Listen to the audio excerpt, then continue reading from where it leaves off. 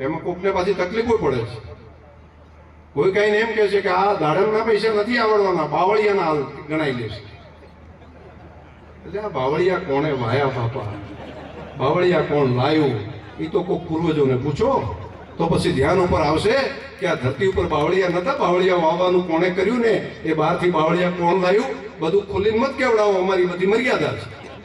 અને અમારા ખેડૂતોને એવા ચોર માનો છો તમે કે જે બાવળિયા ઉગ્યા હોય એના બદલે દાડમ સમજીને લઈ લેશે? પણ જેના શરીરની અંદર જ આખો પીળીઓ વાપતો હોય તો એને તો બધું પીળું જ દેખાય ને. મને મારા ખેડૂતોની પ્રમાણિકતા ઉપર ભરોસો છે, મને મારા ખેડૂતોના મહેનત ઉપર ભરોસો છે. અને એની અંદર જેમણે જેનું વાયુ છે એ ત્યાં આગળ દાડમ ના આવે, એમને ત્યાં બેઠા હજુ આપવાનું બાકી છે. સર્વેનું કીધું છે કે કોને કોને દાડમ છે એની ખબર છે બધાને.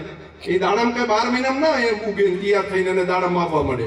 એ તો 2-4 વર્ષથી હોય ત્યારે થાય. અને આવેલા હોય તો 12 મહિના પછી ઉભો રહે. પણ એના ત્યાં આગળ એમને હજુ એવું દેખાય છે, ત્યાં જઈને અધિકારીઓને જઈને પેલું આપવા માટે કરે છે. મેં કીધું કંઈક સારું થાય તો કરો, ન થાય તો ચૂપ મરો. તમે કોઈને આપી ના આપો તો કઈ વાંધો નહીં, પણ કોકને બગાડવા માટેનું મારા ખેડૂતોની સામે પડવાનું ન કરશો. નહીંતર ન બોલવું પડે તો ક્યારેક ક્યારેક પણ મારે જવાબ આપવો પડશે.